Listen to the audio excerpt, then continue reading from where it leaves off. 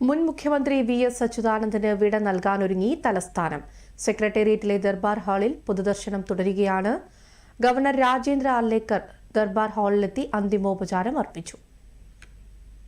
Irrespective of his ideology, he was keeping this country, this culture and this nation first. That is what he has contributed to our great nation. And irrespective of any party ideology, he was loved and revered and respected by everybody.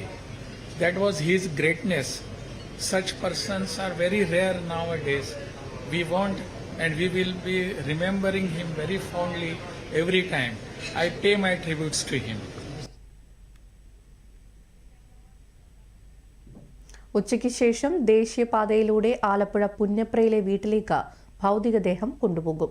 നാളെ ആലപ്പുഴ ജില്ലാ committee ഓഫീസിൽ പൊതുദർശനമുണ്ടാകും. തുടർന്ന് Alappuzha police recreation ഗ്രൗണ്ടിലും പൊതുദർശനം ഉണ്ടാകും.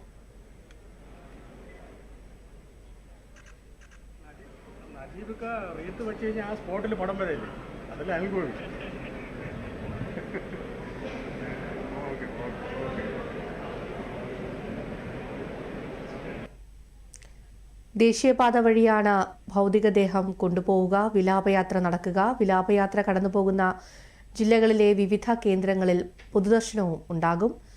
നാളെ വൈകിട്ട് വലിയ ചുടുകാട്ടിൽ സംസ്കാര ചടങ്ങുകൾ നടക്കും.